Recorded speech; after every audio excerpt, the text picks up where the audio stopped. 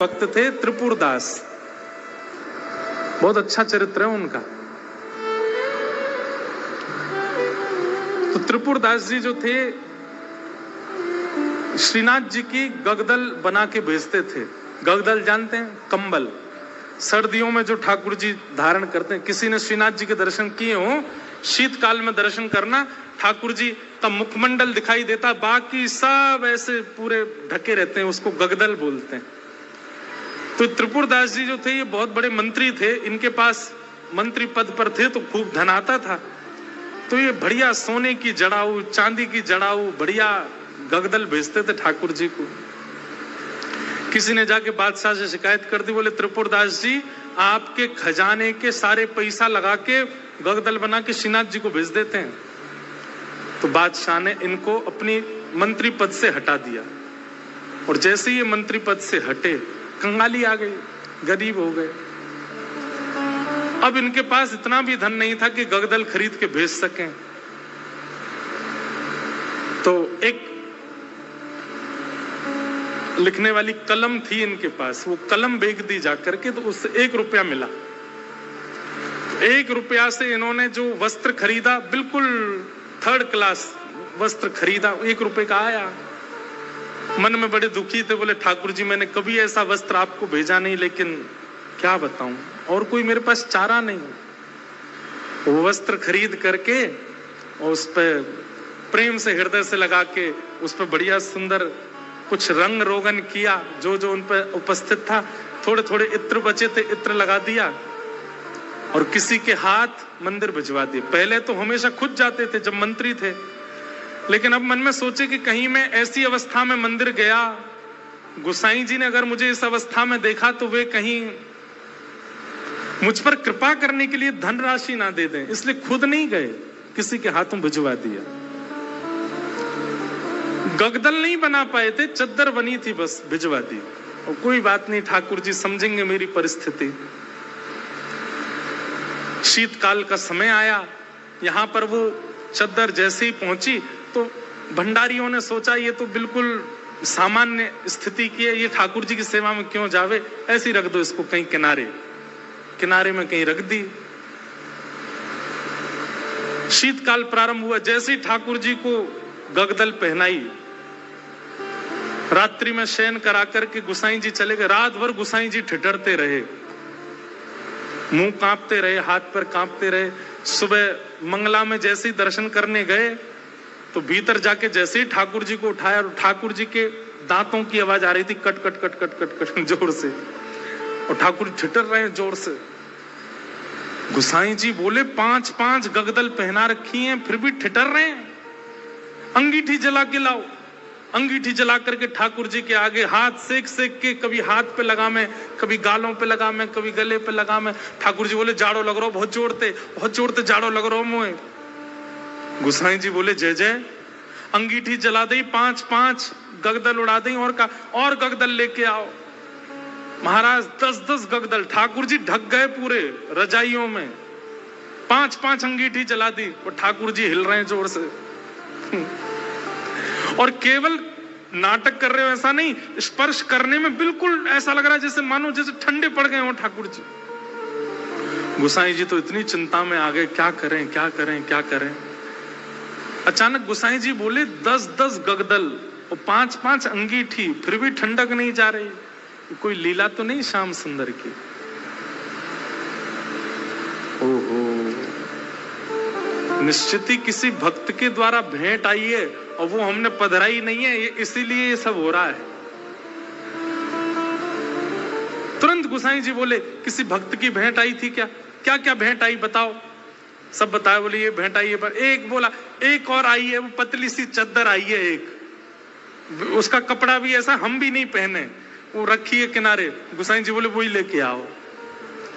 लेकर के आए, सारे 10 के 10 गगदल हटाई, पतली सी बेकार से कपड़ा की वो चद्दर जैसे ही ठाकुर जी को उड़ाई, ठाकुर जी बोले पसीना आ गए मुंह, तो भैया मेरी सबरे जाड़ो चलो गो। अरे अंगीठी हटाओ, मुझको बहुत जोर से गर्मी लग रही है। गोसाई जी बोले बलिहारी ठाकुर जी आपकी जय हो। आपको ना तो जाड़ा लगता है, ना भूख लगती है, ना प्यास लगती है, ना गर्मी लगती है। भक्त के द्वारा प्रस्तुत भाव स्वीकार करने के लिए सारे भाव प्रकट कर लेते हो। ऐसे हमारे ठाकुर जी। तो त्रिपुर दास की बेचारी की सामान्य सी चद्दर ओढ़ करके ठाकुर जी पसीना बहा रहे हैं अपने मुंह, इतनी जोर से गर्मी लगी आई मुंह। ऐसे हमारे ठाकुर जी। तो आप मत कीजिए, आप तो पवित्रता का भी ध्यान रखो, वर्णाश्रम धर्म का भी ध्यान रखो, सभ्यताओं का भी ध्यान रखो, वेद मर्यादाओं का भी पालन करो। ठाकुर जी को अवसर दीजिए। प्रेम आपका ऐसा हो कि ठाकुर जी नियम तोड़वाने की आज्ञा दें, अब श्रेष्ठता है।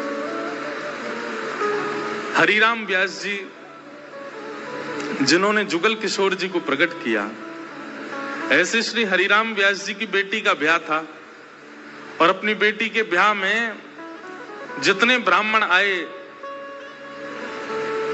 हरिराम व्यास जी अपनी बेटी के ब्याह से प्रसन्न नहीं थे। क्यों नहीं थे? कोई पिता अपने पुत्री के ब्याह से अप्रसन्न कैसे हो सकता है? लेकिन उनके मन में भाव था कि भाई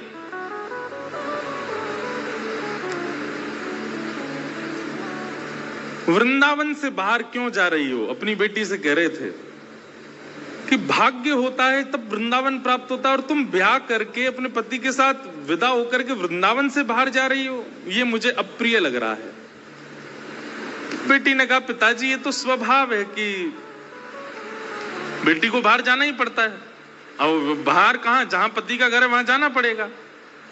हरिराम व्यास जी बोले तुम्हारे पास दो उपाय हैं। बोले क्या? या तो पति से कहो कि वृंदावन में घर बना ले, या फिर उसी से ब्याह करो जो वृंदावन में रहता हो। पुत्री बोली पिताजी अब सब बातें हो चुकी हैं और हमें भी जिससे ब्याह हो रहा है वो हमको बड़ा प्रिय है, अब हो जाने दो ब्याह, ठीक है आते रहेंगे वृंदावन। तो इस बात से इतने नाराज हो गए हरिराम व्यास जी कि तुमको व्यक्ति विशेष प्रिय है। अरे हरिराम व्यास जी तो ये तक बोल गए थे कि भाई लंगड़ा हो, वृंदावन का हो तो उससे ब्याह कर लो, कोई गुण ना हो लेकिन वृंदावन का है तो ब्याह करो, क्योंकि वृंदावन रहने को मिलेगा।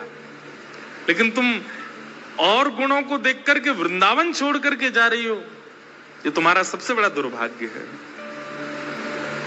तो अपनी बेटी के ब्याह से प्रसन्न नहीं थे। तो हरिराम व्यास जी की पत्नी और बाकी बच्चे बोले पिताजी को रहने दो नाराज, हम तो ब्याह करेंगे आनंद से। और हरिराम व्यास जी के शिष्य थे ओरछा के राजा मधुकर शाह, उन्होंने पूरी शादी की व्यवस्था की, लेकिन हरिराम व्यास जी की भौएं चढ़ी नहीं। और ज्यादा दुखी तो वे तब हो गए कि उन्होंने एक शर्त रखी, चलो ठीक है ब्याह कर रहे हो तुम, अपनी मर्जी से कर रहे हो, सब ठीक है, लेकिन पहली पंगत वैष्णव जनों को, संत जनों को, रसिक जनों को करानी पड़ेगी। लेकिन जब ब्याह का प्रसंग आता है ना, तो घर के लोग इन सब चीजों पर विश्वास करते नहीं है। घर के सब सदस्य बोले पहली पंगत तो बारात की होगी। बोले पिताजी ने कहा संतों को कराओ। बोले बोलने दो उनको, तुम तो उन्हीं को करा दो। और रही बात संतों की, तो एक काम करते हैं, पहले ही पूड़ी कचौड़ी जो भी बना है दावत में पहले ही निकाल करके अलग धर देते हैं, जब संत आएंगे उनको पवा देंगे। हरिराम व्यास जी को ये बात पता चल गई तो इतने नाराज हो गए। उनका एक पद भी है,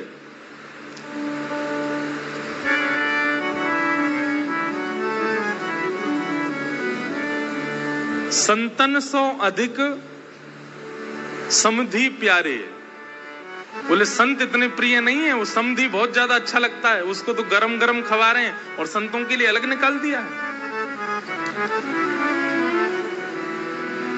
बड़े नाराज हुए, बोले संतों का अपमान कर रहे हो। बेटी बोली पिताजी मेरा ब्याह है, आप बिल्कुल खुश नहीं हो। बोले मुझे खुशी करानी है तो वृंदावन से बाहर मत जाओ।